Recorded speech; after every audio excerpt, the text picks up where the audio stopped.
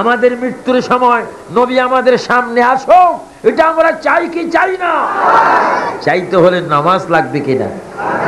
আরো জোরে নামাজ, রোজা, কোরআন শরীফের তেলাওয়াত, মা বাবার খেদমত, আল্লাহর ইবাদত, ওলি আল্লাহর মুহাব্বত। সুবহানাল্লাহ কোন সুবহানাল্লাহ। জন্য আমার ভাইরা, যত কিছুই করেন না কেন নামাজ রোজা ঠিক রাখবেন। আর নামাজ না পড়লে এগুলাকে আমি সুন্নি বলি না। কারণ কোন বউ যদি শ্বশুর বাড়িতে যায়, তার সাথে অলংকার যায় কি যায় না? হাতে চড়ি, গলায় হার, নাক, কানে কি, কানের দুল, নাকে নাকের ফুল, অনেক কিছু নিয়ে যায়। এগুলো হচ্ছে বউর অলংকার। আর সুন্নিদের অলংকার হচ্ছে নামাজ, সিজদা, রুকু, ওযু, জিয়ারত, মা বাবার খেদমত। এগুলো হচ্ছে সুন্নিদের বউর অলংকার। আমাদের অলংকার দেখে ফেরেশতারা ঠাস ঠাস করে জান্নাতের দরজা খুলে দেবে। চিৎকার দিবেন সুবহানাল্লাহ।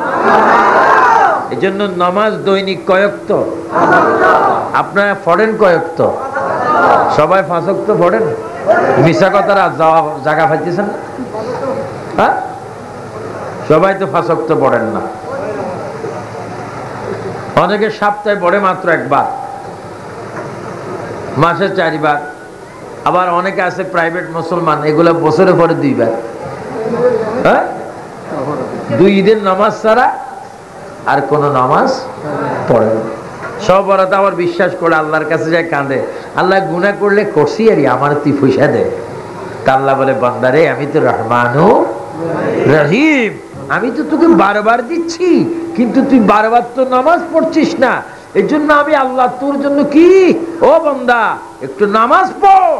নামাজ যদি পড়তে পারো, আমি আল্লাহর সাথে তোর বন্ধুত্ব সৃষ্টি হয়ে তাফাজ্জল মাওলানার মতো তুমি একজন ওলি আল্লাহ হবে। জোরে কর সুবহানাল্লাহ। আরো জোরে বলুন না সুবহানাল্লাহ। একটু সময় জোরে জোরে বলুন ইয়া রাসূলুল্লাহ। আরো জোরে।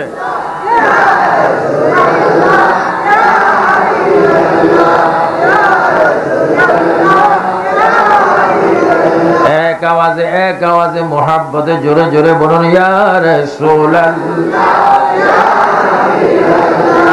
ইয়া রাসূলুল্লাহ। গোসল করায়া কাফন পড়াইয়া, বলেন গোসল করায়া, করায়া কাফন পড়াইয়া। যুবক ভাইরা বলো, মুরব্বীরাও বলেন গোসল করায়া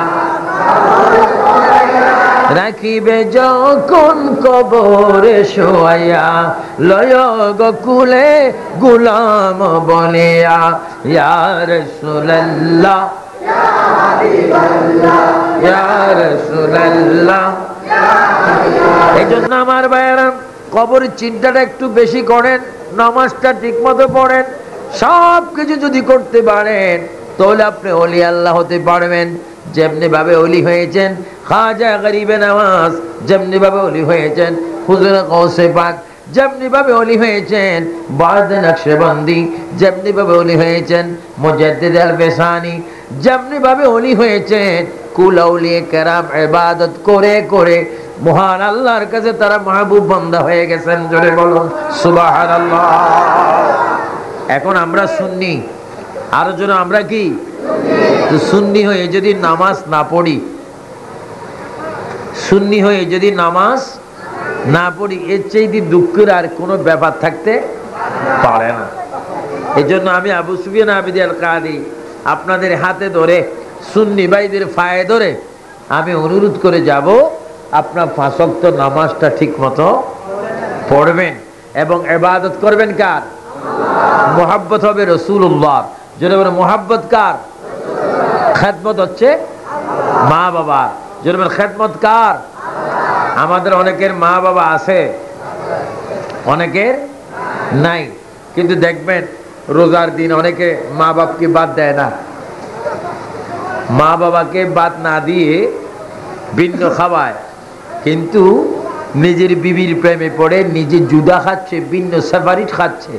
কিন্তু কোন ছেলে যদি মা বাবার অন্তরে কষ্ট দিয়ে রোজা রাখে, তার রোজা আল্লাহর দরবারে কবুল হবে। এজন্য আমার ভাইয়েরা আওয়াজ দিয়ে বলেন, আমরা আমাদের মা বাবাকে, আল্লাহ রসুলের পরে মা বাবাকে মেনে তাদের খেদমত করতে চাই কি চাই না? তাদের খেদমত করলে রাজি হবেন কে? আরো জোরে বলেন কে? বাহাজাতুল আসরার কিতাবের মধ্যে দেখি হুজুর গৌসে পাক, সবাই জোরে বলুন মাহবুবে সুবহানি। আরো জোরে বলেন মাহবুবে আব্দুল কাদের, জোরে বলুন রাদিয়াল্লাহু। তিনি বড় একজন ওলি। জোরে বলেন গৌসে পাক বড় একজন কি? ওনাকে ওলি বললে এটা ওনার শান হবে না, বরঞ্চ উনি ওলি বানানেওয়ালা। তিনি ওলি বানান। শিক্ষকরা ছাত্রকে আলেম বানান, হ্যাঁ, অনেক হেল্পারকে ড্রাইভার বানান, অনেক অশিক্ষিত মানুষকে শিক্ষিত বানান শিক্ষক। কিন্তু হুজুর গৌসে পাক বলেন, আমি এমন একজন আল্লাহর বান্দা, আমি ওলি বানাইতে পারি। যেরকম সুবহানাল্লাহ। শুধু ওলি বানাইতে পারি সেটাও না, আমি মৃত ব্যক্তিকে জিন্দাও করতে পারি। শুধু জিন্দা করতে পারি সেটাও না, আমি অনেক কিছু করতে পারি যেটা অনেক রাজা প্রজা বাদশা করার পক্ষে সম্ভব নয়। কিন্তু আব্দুল কাদের জিলানী বলেন, আমি এত বড় ওলি, তারপরও আমি আমার মা উম্মুল খায়ের বিবি ফাতেমাকে আমি বেশি ভয় করতাম, কারণ ওনার পায়ের নিচে আমার বেহেশত। আল্লাহু আকবার বল, আল্লাহু আকবার। এবার বলো ইয়া রাসূলুল্লাহ, এবার বলো ইয়া গৌসে পাক, ইয়া গৌসুল আজম আব্দুল কাদের জিলানী রাদিয়াল্লাহু তাআলা আনহু। আমরা ওনাকে মানি কি মানি না? হুজুরে গৌসে পাক মৃত ব্যক্তিকে কি করতেন? জিন্দা করতেন। আমরা তো অনেকে রোজা রাখি, মাকে শ্রদ্ধা করি না। আমি আজকে সুন্নি ভাইদেরকে সামাজিক কথা এই জন্য বলতেছি, কারণ আমাদের ইবাদতের জন্য যেমন সচেতন হতে হবে, তেমন মা বাবার খেদমতের জন্য আমাদের সচেতন হতে হবে। কারণ আল্লাহ রসুলের পরে বড় হক যার, তিনি হচ্ছেন মা এবং বাবা। আরো জোরে মা এবং বাবা, মা এবং বাবা। হুজুরে গৌসে পাক আব্দুল কাদের জিলানী একদিন ওনার মাকে ডাক দিলেন। সবাই একবার আমার সাথে বলুন তো দেখি, মা। কেউ আপনাদের কি মায়ের সাথে কি শত্রুতামি আছে নাকি?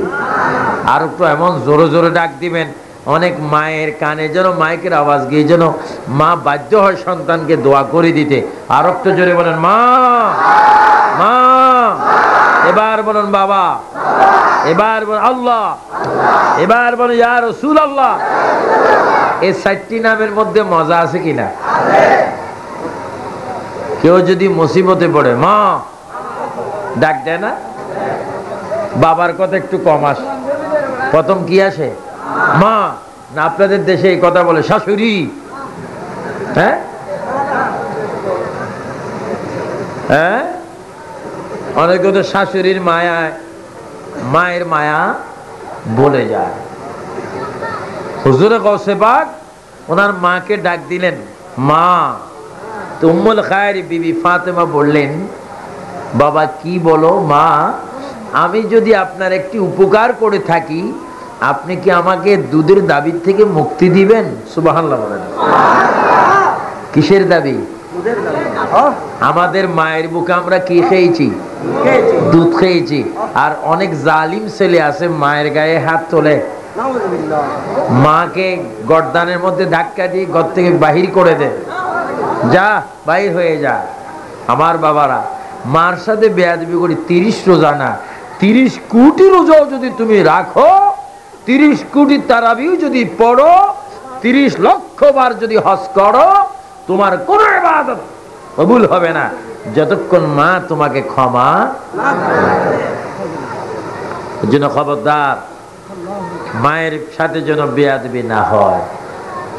আজকে মাহফিল থেকে যখন শেষ মোনাজাতের পর আপনারা যখন যাবেন, যাদের মা ঘরে আছে তাদের মাকে গিয়ে সালাম দিবেন, আসসালামু আলাইকুম বলবেন, মায়ের কপালে একটা চুমা খাবেন, মায়ের হাতের তালুতে একটা চুমা খাবেন, অবশেষে মায়ের পায়ের বৃদ্ধ আঙ্গুলে পায়ের তালুতে চুমা খাবেন। মা বলবে, বাবা আজকে তুমি মাজারের মাহফিল থেকে এসে একবার আমাকে কপালে চুমা দিচ্ছ, একবার হাতে চুমা দিচ্ছ। ও মা, ও বাবা, তুই আমাকে পায়ে চুমা দিচ্ছ, কারণ কি? এই চুমা তো তুমি গতকালও দেয়নি। মা, ওই চাঁদপুরের আবু সুফিয়ান আবিদি সাহেব বলেছেন, মাগো তোমার কপালে, তোমার পায়ে বা তোমার হাতে যদি একটা চুমা খেতে পারি, দয়াল রাসূল হাদিস শরীফ বলেছে, সে যেন দুনিয়ায় বসে বসে জান্নাতের দরজায় চুমা খেয়েছে। ধরে বলুন সুবহানাল্লাহ, আরো জোরে বলুন না সুবহানাল্লাহ। আপনারা মা বাবার কপালে চুমা খেতে চান কিনা? এটা কোনো শরমাইবের লজ্জা আছে? চুমা খাবেন মায়ের কপালে, বাবার কপালে, মায়ের হাতে, বাবার হাতে, মায়ের পায়ে, বাবার পায়ে, বাবার তালে। আমি যতবার 96 আমার আব্বা জান ইন্তেকাল হয়েছেন, আল্লাহর ওলি ছিলেন হযরত মাওলানা দরবেশ নূর হা রাহমাতুল্লাহ আলাইহি। আমি যেই দিকে যেতাম, লন্ডন, আমেরিকায়, ফ্রান্সে যেই দিকে যেতাম, বাবার কদমের নিচে চুমা খেতাম। বাবাই দিতেন না, বাবা লক্ষ লক্ষ মানুষ তোমার কথা শুনে, আর তুমি তোমার জবান দিয়ে আমার পায়ে চুমা দিচ্ছ, এটা হয় না। বলতাম, বাবা আসওয়াদে চুমা দিলেও এত শান্তি নেই, বাবার কদমে চুমা দিলে এত শান্তি। কারণ রাসূল বলেছে, প্রত্যেকটি সন্তানের ব্যস্ত হচ্ছে মা বাবার পায়ের নিচে। জোরে কোন সুবহানাল্লাহ। ও সুন্নি ভাইয়ের আওয়াজ দিয়ে বলুন, মা বাবার কদমে চুমা খাইতে চান কিনা? মা বাবার সম্মান করবে, মা বাবার জন্য সম্মান করবে। এখন কেউ বলবেন, হুজুর আপনি যে কথা বললেন আমার মন বড় পেরেশান হয়ে গেল। হুজুর আমার মাও নাই, আমার বাবাও নাই, এখন আমি কি করি হুজুর? আমার বাবা তো কবরে, আমার মা তো কবর, আমি কি করি? আল্লাহ রাসূল তারপরও শিক্ষা দিয়েছেন, উম্মত তুমি পবিত্রতা হয়ে ওযু করে কবরের পশ্চিম পাড়ে দাঁড়িয়ে যাও, আমার উপর দুরূদ শরীফ পড়ে, সূরা ফাতিহা ইখলাস পড়ে, এবার তুমি দুই হাত আকাশের দিকে তুলে এবার চোখের পানি ছেড়ে ছেড়ে বলো, রব্বির হামহুমা কামা রাব্বায়ানি সগীরা। আমার ভাইরা জোরে জোরে বলুন, রব্বির হামহুমা কামা রাব্বায়ানি সগীরা। আল্লাহর নবীর উম্মত, তোমার মা নাই, বাবা নাই, তুমি মা বাবার কবরে পশ্চিম পাশে দাঁড়িয়ে যদি চোখের পানি ছেড়ে ছেড়ে যদি মায়ের জন্য, বাবার জন্য একটু কেঁদে যদি দোয়া করতে পারো, আর যদি বলো, আল্লাহ আমার মা আমাকে পেটে ধারণ করেছে, আল্লাহ আমি ছোট্টবেলায় দাঁত ছিল না, ওয়া ওয়া করে কাঁদার পরে মা জননী বুক থেকে আমাকে দুধ দিয়েছে, এমন মা আজকে দুনিয়ার মধ্যে নাই রে আল্লাহ। আমার মা আমাকে যত আদর করতো, তুমি তার চাইতে বেশি আদর আমার মাকে তুমি কবরের মধ্যে করো। রাসূল পাক বলেন, এইভাবে কেঁদে কেঁদে যদি কোনো সন্তান মা বাবার জন্য দোয়া করে কাঁদতে পারে, তার চোখের পানি নাকের অর্ধেক সীমানা পার হওয়ার আগে আল্লাহ তাআলা সন্তানের চোখের পানির দিকে তাকাইয়া মা বাবার কবরকে জান্নাত বানাইয়া দেয়। জোরে বলুন সুবহানাল্লাহ, আল্লাহু আকবার বলেন। আমরা মা বাবার খেদমত চাই কি চাই না? মা বাবা যদি মরে যায় জিয়ারত চাই কি না? হুজুর গাউসে পাক আব্দুল কাদের জিলানী রাদিয়াল্লাহু তাআলা আনহু, তিনি বড় ব্যক্তি ছিলেন, মৃত ব্যক্তি জিন্দা করেছেন, চোর ব্যক্তিকে ওলি বানিয়ে দিয়েছেন, মরা মানুষকে তিনি জিন্দা করেছেন। উনি মা খেদমত কিভাবে করেছেন দেখেন। উনি বলে, মা আমার জীবনে যদি আপনার কোনো খেদমত করে থাকি, আপনি দুধের দাবির থেকে আমাকে মুক্তি দিবেন কিনা? মা জননী বলে, বাবা তুমি ছোট্ট একটি বাচ্চা, এমন কি উপকার তুমি আমার করেছো? মা আমি যখন তোমার পেটের মধ্যে ছিলাম, আঙ্গুর বাগানে তুমি গিয়েছিলে আঙ্গুর খাওয়ার জন্য। মা গো, ওই আঙ্গুর বাগানে আঙ্গুরের জায়গায় তুমি যখন হাত দিয়েছিলে, ওইখানে বিষাক্ত সাপ ছিল, ওই সাপটা তোমাকে দংশন করলে আমি পৃথিবীতে আসতে পারতাম না। মা আমি তোমার কলিজার বড় ধরে তোমাকে বসাই দিয়েছিলাম, এই উপকার আমি করেছি, দুধের তাবির থেকে আমাকে মুক্ত করে দাও। মা জননী চোখের পানি ছেড়ে বলে, বাবারে যেই ছেলে শরবত থেকে আমাকে বাঁচাইতে পারে এমন ছেলেকে আমি মাফ করতে পারি না, কারণ তোমার মতো ছেলেকে হাসরের ময়দানে আমি সামনে রেখে নবী দেখে দেখে তোমার ভক্তদেরকে নিয়ে আমি জান্নাতে চলে যাব। আরো জোরে বলেন সুবহানাল্লাহ। গৌসে পাক যদি মায়ের খেদমত করতে পারে, গৌসে পাক যদি মায়ের কদমে চুমা খেতে পারে, এ চরলক্কার সুন্নি মুসলমান ভাইয়েরা, ফটিয়ার ভাইয়েরা, কর্ণবলী থানার ভাইয়েরা, জোরে জোরে আওয়াজ দিয়ে বলুন, আমরা মা বাবার খেদমত চাই কি চাই না? আরো জোরে চাই কি না? খালি আল্লাহর ইবাদত মসজিদে করলে হবে না, দুরূদ শরীফ পড়লে হবে না, মা বাবার খেদমত করতে হবে, বড়কে শ্রদ্ধা করতে হবে, ছোটকে আদর করতে হবে, এবং মুরব্বীদেরকে ইজ্জত করতে হবে, এবং একে অপরকে সালাম দিতে হবে, সমাজ সুন্দর করতে হবে, কোরআন শরীফ তেলাওয়াত করতে হবে। যদি এইভাবে যদি আমরা ইবাদত করি, আল্লাহ পাক আমাদের উপর খুশি হয়ে যাবেন। আল্লাহ যদি খুশি হয়ে যায়, বান্দা জান্নাতি হয়ে যাবেন। জোরে কর সুবহানাল্লাহ। আমার প্রিয় সুন্নি ভাইরা, মার শানে বেয়াদবি করলে আল্লাহ বেজার হয়ে যায়। আমার হুজুর গাউসে পাক আব্দুল কাদের জিলানী গিলানী আল হাসানী ওয়াল হুসাইনী রাদিয়াল্লাহু তাআলা আনহু ওলি কুলের সম্রাট ছিলেন, তিনিও মায়ের খেদমত করতেন। জোরে বলুন সুবহানাল্লাহ। এই জন্যই পটিয়ার ভাইয়েরা, কর্ণবলী থানার ভাইয়েরা, চরলক্কার ভাইয়েরা, প্রতিটি গ্রামের ভাইয়েদেরকে আমি বলবো, মায়ের শানে যেন কোনো বেয়াদবি না হয়, বাবার শানে যেন কোনো বেয়াদবি না হয়। মার শানে বেয়াদবি করে মানুষ জাহান্নামী হয়ে যায়, পথভ্রষ্ট হয়ে যায়, বেঈমান হয়ে যায়। আল্লাহর ওলি আব্দুল কাদের জিলানীর আমলে যোগে একটি ঘটনা হলো, এক ইহুদি এবং এক মুসলমানের মধ্যে একটা বহস মোনাজারা হয়েছিল। ওই দিন বড় একটি ঘটনা গৌসে পাকের হাতে ধরা পড়েছে। জোরে বলুন সুবহানাল্লাহ। হুজুর গৌসে পাক আব্দুল কাদের জিলানী ওলি আল্লাহর দরবার, ওলি আল্লাহর কেরামত আমরা মানি। অনেক মুসলমান রয়েছে 5 ওয়াক্ত নামাজ পড়ে, কিন্তু ওলি আল্লাহর কেরামত মানে না, জিয়ারত মানে না, উরুস মানে না। আমি আগেই বলেছি, সুন্নি ব্যতীত রমজানের রোজা কেউ রাখতে পারে না, সুন্নি ব্যতীত কেউ জিয়ারত করতে পারে না, কারণ ওলি আল্লাহর জিয়ারত করার জন্য নবীর প্রেমের মোহাব্বত প্রয়োজন। জোরে বলুন সুবহানাল্লাহ। কি বলতেছিলাম? আল্লাহর ওলি আব্দুল কাদের জিলানী গিলানী আল হাসানী ওয়াল হুসাইনী যোগে এখন থেকে প্রায় 750 বছর পড়বে, প্রায় 950 বছর পড়বে। ইরাকের জমিনে, সিরিয়ার জমিনে একটা ঘটনা হয়ে গেল। সেই ঘটনা এমন একটি ঘটনা, একজন মুসলমান একজন ইহুদি, দুইজন বহস করেন। মুসলমান ব্যক্তির বিষয় হচ্ছে আমাদের নবী বড়, আর ইহুদির বিষয় হচ্ছে ঈসা নবী বড়। আপনারা জোরে জোরে বলুন, ঈসা নবী বড় না আমাদের নবী বড়? আরো জোরে বলেন, কোন নবী বড়? আমাদের নবী এখনো রওজা মুবারক আছে কিনা? আমাদেরকে দেখে কি দেখে না? আমাদের আমল নামা দেখে কি দেখে না? আজকের মাহফিলও নবী আছে কিনা? মদিনা শরীফও নবী আছে কিনা? সব জায়গায় যিনি এট এ টাইমে থাকতে পারেন, আল্লাহ পাক ওনার নাম দিয়েছেন। সবাই বলুন, ওয়ামা আরসালনাকা ইল্লা রাহমাতাল লিল আলামিন। আরো জোরে বলো, ওয়ামা আরসালনাকা ইল্লা রাহমাতাল লিল আলামিন। যিনি সব জায়গায় থাকতে পারে, তিনি আমার দয়াল নবী মুহাম্মদুর রাসূলুল্লাহ সাল্লাল্লাহু আলাইহি ওয়াসাল্লাম।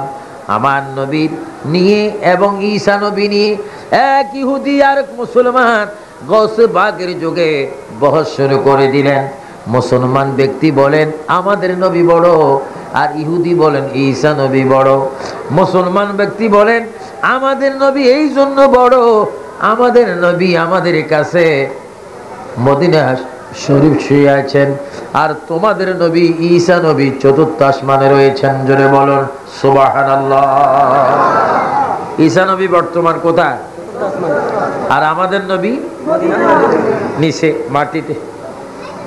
ইহুদি বলেন, হ্যাঁ মুসলমান, আমাদের ঈসা নবী এই জন্য বড়, তিনি চতুর্থ আসমানে আছেন, আর তোমাদের নবী এই জন্য ছোট, তিনি মদিনায় শুয়ে আছেন। তো মুসলমান ব্যক্তি বলে বাদশাহ যখন ঘুমায় দারওয়ান তখন পাওরা দেয়।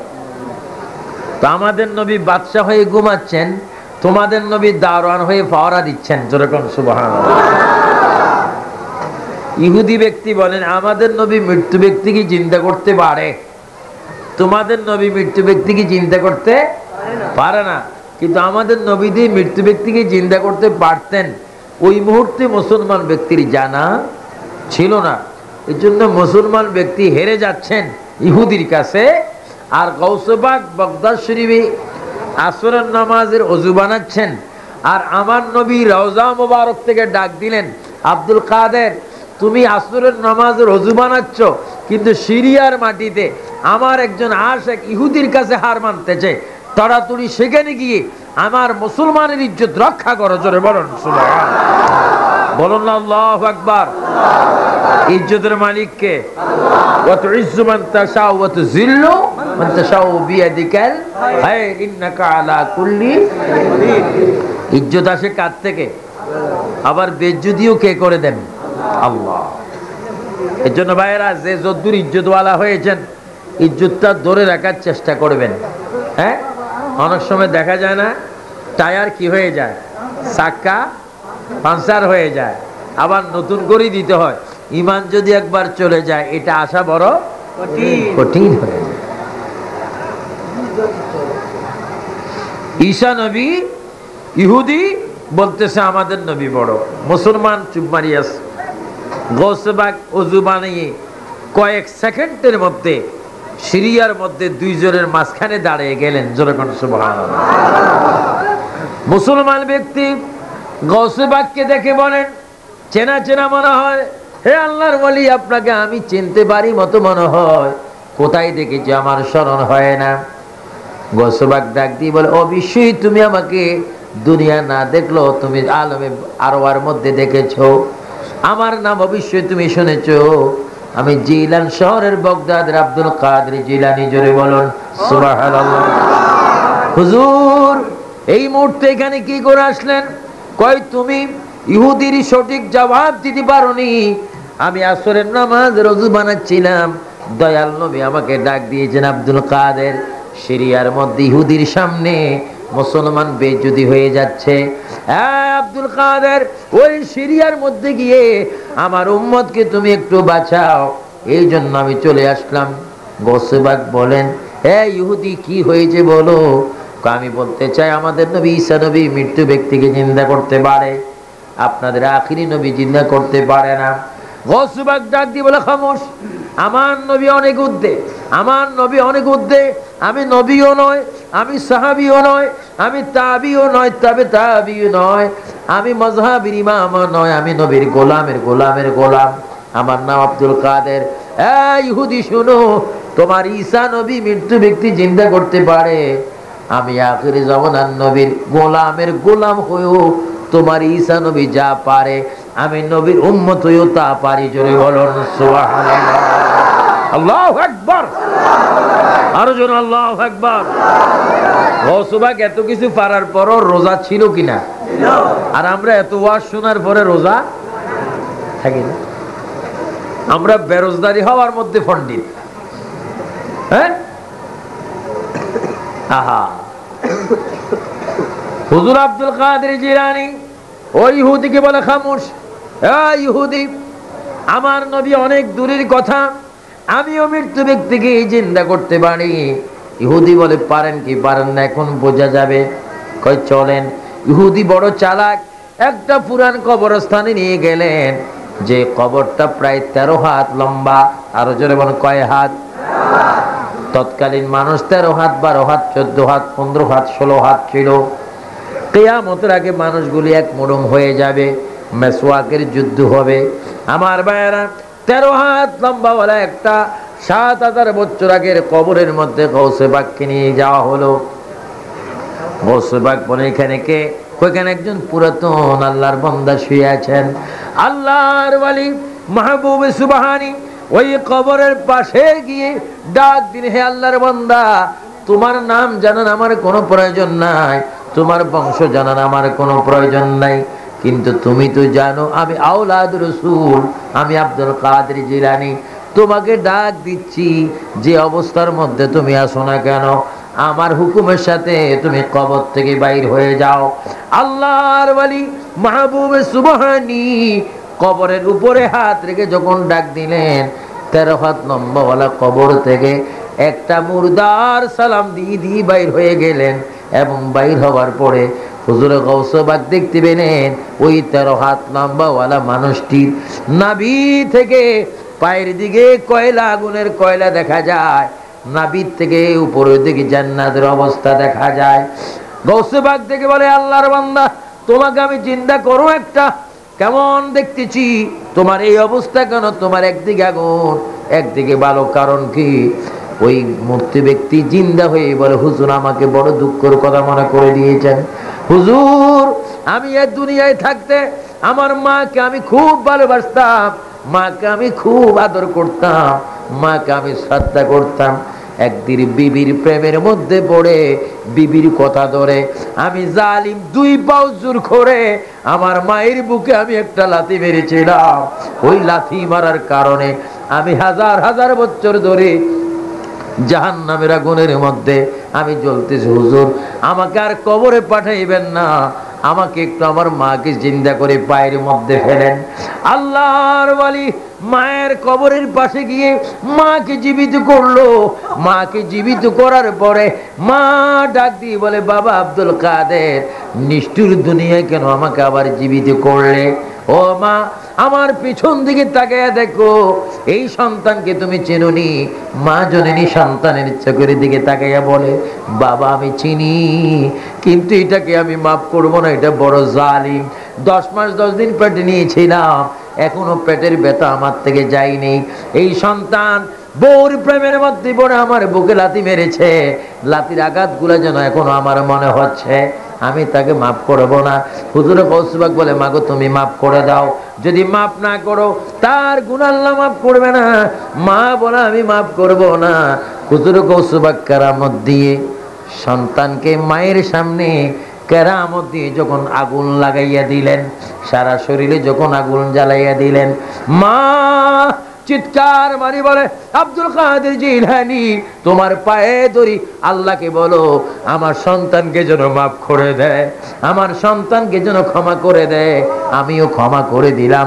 কোন সন্তান যদি মায়ের সামনে আগুনে জ্বলে পৃথিবীর কোন মা সহ্য করবে না। জোরে বলুন সুবহানাল্লাহ। ও আব্দুল কাদের জিলানী, মাকে চিন্তা করে সন্তানকে তুমি ক্ষমা করাই দিতে পারো, এতটুকু ক্ষমতা পাওয়ার পর তুমি রোজা ছিলানি? আমি রোজা ছিলাম। কয় কেন? কয় রোজা এই জন্য ছিলাম, হাসরের ময়দানে আমার আল্লাহ নিজে আমার সাথে দেখা করবে। জোরে বলুন সুবহানাল্লাহ, আল্লাহু আকবার। এজন্য মা বাবার খেদমত চাই কি চাই না? রোজা চাই কি না? নামাজও চান কি না? বিতির নামাজ, তারাবির নামাজ, তারাবি কয় রাকাত? আরো জোরে বলুন, কয় রাকাত? কয়দিন তারাবি হবে? আমার আল্লাহ বলে, হে ইমানদার তোমরা পরিপূর্ণভাবে মুসলমান হয়ে যাও, ইসলামের মধ্যে প্রবেশ করো। যারা পরিপূর্ণ ইসলামে প্রবেশ করেছে তারা গাউসে বাগ হয়েছে, গরিবে নামাজ হয়েছে, শাহজালাল হয়েছে, শাহপরান হয়েছে, শাহ আমানত হয়েছে, শাহ মিসকিন হয়েছে, শাহ তাফাজ্জল শাহ হয়েছে। যারা পরিপূর্ণ ইসলামে প্রবেশ করেছে তারা আল্লাহর দরবারের একজন মকবুল বান্দা হয়েছে। জোরে বলুন সুবহানাল্লাহ।